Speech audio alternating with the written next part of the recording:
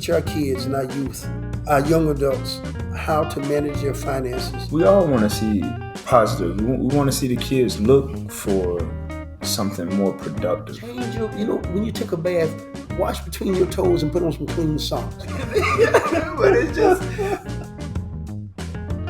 Good afternoon, everyone. My name is Coach Larry Willis, and we're going to be talking to you today about our organization, Bridging the Gap of Southwest Florida. And I'm going to introduce my son, Quentin Willis. He is the founder of Bridging the Gap, and Coach Richard. He's one of our boxing coaches and also a board member with Bridging the Gap.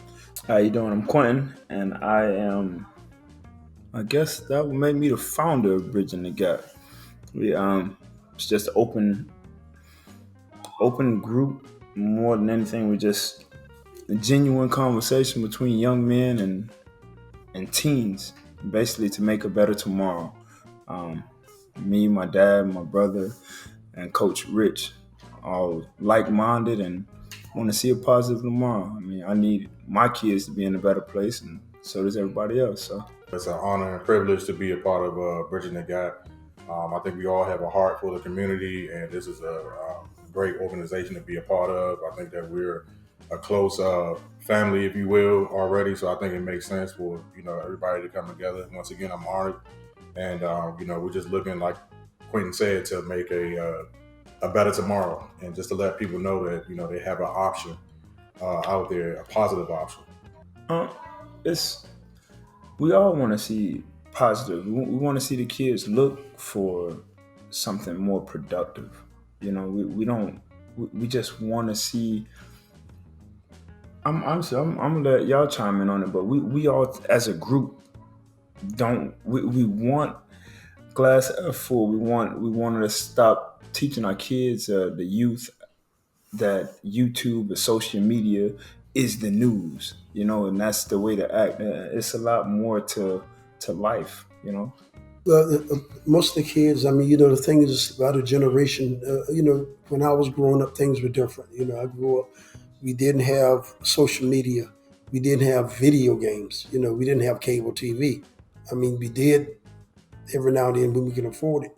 But the kids are being raised by social media, more or less, the ones that don't have any positive role models, that's male and female role models. They don't, they're being raised by the other kids that grow up around there, getting the wrong message, delivered to them. So that's why we have a lot of the bad situations we have with the kids that's growing up today. They're not actually being able to have that father there that's there all the time. I'll say about 40% of the kids may have a positive role model in their home. The other kids, they're just out more or less raising themselves.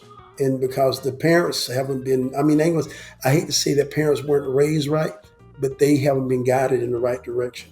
So that's why you see a lot of kids doing stuff that they don't, it doesn't make sense because they don't know any better.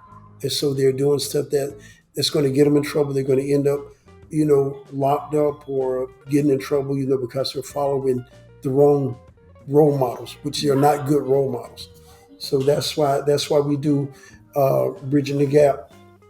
That's why we're doing Bridging the Gap, is to make sure these kids, we're there for them in the community. We're there to guide them to a better path, so they can see what's right and what's wrong. And for me, I see it this way: is that the negative influences out there is overwhelming. And, that's why I say it's an honor to be a part of this, because, of course, there's other positive groups and community groups out there. But, we need to counter all of the negative influences because I see it as, from my perspective, is that it seems like that's all that people can relate to or know to a certain extent. And that's why I was saying in the beginning is that, we can let people know that there is another way, there is another path. You don't have to necessarily do what so-and-so did, and the people that you don't have to really necessarily take that path. You can take another path that can lead to better results down the road. And it's not just the inner city kids or the poor kids. You got the suburbanites kids that are doing dumb stuff too. So just because you grew up on this side of the tracks and your family has a good financial status and everything, it's a lot of rich kids that are doing some of the same dumb stuff because mom and dad's at the country club or they're traveling or they're doing something else, not being there, being a foundation for those kids to follow, not being a role model for those kids to follow. So it's not just about a poor versus rich. It's all kids that, you growing up, you need a guidance. If if your parents haven't been there for you or someone haven't been there for you to guide you in the right direction, it's, that's where these kids end up making the wrong decision in life. Police officers, we got a lot of police officers out there that need some guidance also. There's you got good police officers, you got the same thing. You got police officers that was brought up in a good family background, that was taught the morals, know how to treat people. And you got police officers that was taught, grew up with in the same situation with these kids that don't have a positive role model. So when they become police officers, now they're dealing with stuff. They're looking at stuff differently from the ones that come from a good background and that's been taught the right way. So when they get out there, they don't know how to deal. And so you got officers out there that haven't experienced what we've experienced.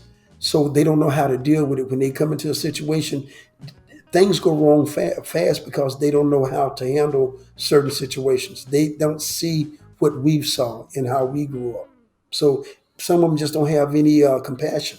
So I think that they have a lot to do with it. You got to have compassion. You got to be caring. You got police officers out there that would, that's a good officers, but they just need to be coached and guided the right way. A simple thing. Trying to teach the golden rule again.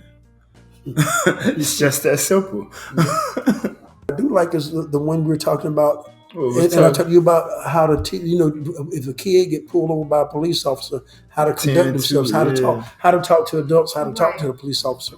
Make sure that you don't get yourself. And a lot of it is, you watch, I love Cops. Cops was one of my favorite shows. Yeah, and a lot of times somebody get pulled over, and we're gonna go to another point too. But a lot of times when people get in situations, they get in that situation because of the bad communication. They say something that they shouldn't say, or they disrespectful to the police officer. Absolutely. Naturally, if you're disrespectful to the police officer, he's going to be disrespectful to you. So, but then a lot of times you get the police officer come up and they already disrespectful, So, it works both ways. You can turn that though, like if you don't give them a reason to keep snapping. Because I done had, like I said, I've been pulled over at gunpoint and I did nothing wrong. I give you everything I got, and what we arguing about at this point, you know what I'm saying? Mm-hmm. I'm not finna give you an extra reason to pull the trigger. Mm-hmm. So that's how it works.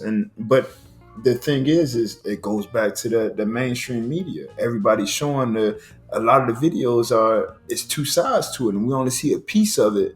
And a lot of times it's a lot of stuff that then rolled over to get to that point. I'm not saying it's always like that, but we have to understand that we can't act out like every pullover, every officer is the one that's pulling the trigger. Exactly. You know what I'm saying? And that's the problem. My youth are looking at every video now. Every time they see a cop, they are already chest out, and I ain't gonna be the one. I seen a video, a lady was recording police trying to pull me over. He gonna follow me all the way where I'm going. I'm like, but that's stupid. It is. Now you see what I'm saying? Now you make the situation worse than what it should have been. And that's what we're promoting indirectly, because everybody keep posting the videos, keep showing stuff like that, and we're teaching the youth like, oh, okay, well, they obviously are the bad guys, which that's not the case. No, you know what I'm saying? It's tough on us, but you make it tough on yourself when you just by your emotion, by your attitude when you get pulled over. Now, granted, the last Zoom meeting that we had. And I think the last couple of Zoom meetings I did bring up or say that when, being African American and being pulled over, you don't feel the same way I do. If you get pulled, if a police officer turns his lights behind you, lights you up, the way you feel about that and the way I feel is going to be totally different, because I know that I've got a better chance of not making it home than you do. I mean, it's not always like that. I mean, it could be something minor. Y'all got pulled over the other night when I was on the phone with y'all, you and Jay. But It's just the way that all the stuff that's happened, all the stuff we saw. I get pulled over, and I work for the Sanibel Police Department. I get pulled over. I'm nervous. I'm nervous. Uh, and I tell a lot of my white friends, I guarantee you that what I feel and what you feel when we get pulled over by a police officer is totally different. Yeah. Because you don't know what it's like to be black when you get pulled over. George If you knew what it was like to be black when you get pulled over, you would feel my pain. Yeah. Yeah, I had a close friend at the first that meeting we had, and actually the Twin Cuts was talking about the difference between being pulled over and what they got to worry about. Same thing you just said. And I was standing next to Joey, and Joey was like, Gill. yeah. He say, man, do you have to worry about that? I'm like, yeah, I've been pulled over at gunpoint. He was like, wow, I didn't even know. Like, but it's just different. The same. We played sports together growing up. Like, white kid, black kid, cool. Like, no issues with him. Like, we were really genuinely good friends. He's one of my best friends to this day. Yeah. But he just didn't see What the you world saw. from that. Yeah. Yeah. You just see the world differently. So how can we change that? I'm not going to say that you could change it. You can change it. You can do things to prevent stuff from happening. You can prevent a bad situation from happening by the way you carry yourself when you get pulled over by a police officer. Just like Quentin was saying, if you don't get a police officer reason to snap on you, sometimes it's not. It happens. Like I said, you got cops out there that's had a bad day.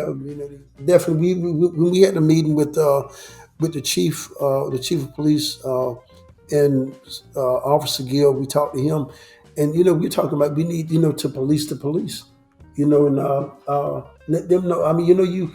I know there are a lot of times they pull over, they pull somebody over there in fear for their life. They're being precautious because we've had a young man in our gym that killed a police officer, and he's probably going to get the death penalty. And so I feel bad for the police officer. This kid had some mental issues, and anybody killing a police officer got some mental issues. But still, we got police officers out there that go overboard with stuff that I see these videos. There's the one where the police officer pulled this guy over, white guy with his family and everything, and they refused to give the officer the driver's license, talk trash to him. I know my rights. I'm not going to give you my license. And I'm sitting there thinking, if they were black, what would have happened? You have to, question yourself. And a lot of people, they get upset when you bring color into it, but color has a lot to do with it. Yeah, I'm sorry. I just wanted to say this. For me, as far as what we're talking about with this Black Lives Matter, because, we did have, opportunity to march downtown with Black Lives Matter. And I want to say this, we're talking about caring and compassion.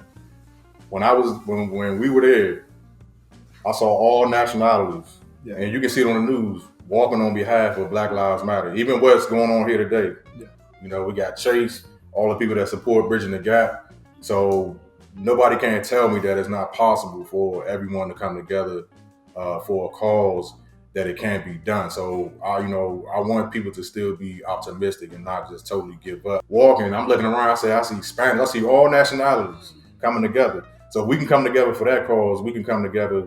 It's possible. Yeah. It's possible. It feels good that I'm a part of the Bridging the Gap here, because we're sitting here talking about this Black Lives Matter issues and stuff like that, but none of us in here are racist whatsoever. No. So that's why I say it feels good to be a part of like-minded individuals who have the same mindset that it's about everyone. And that we see people instead of disputes between two races. We still choose to see people. Absolutely.